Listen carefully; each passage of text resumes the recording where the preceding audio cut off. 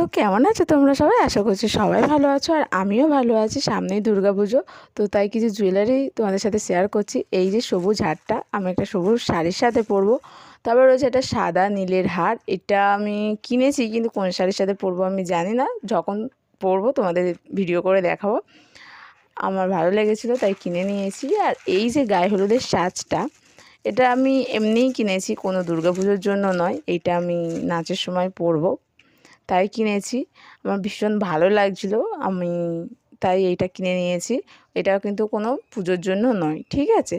তারপরে তারপরে তো দুটো কানের ছিল, একটা লাল কালার একটা সাদা কালার। তো এই লাল কালার কানেরটা তো আমি কিনেছি একটা লাল শাড়ির সাথে পরবো বলে, আর এই সাদা কালার কানেরটাও। তোমাদের এই কানের দুটোর মধ্যে কোন কানেরটা বেশি ভালো লাগছে কমেন্ট করে জানিও। তারপর ছিল 4টে নেল পালিশ। ব্যাস, এই 4টে নেল পালিশ ছিল আমি 4টে শাড়ির সাথে ম্যাচিং করে পরার জন্য।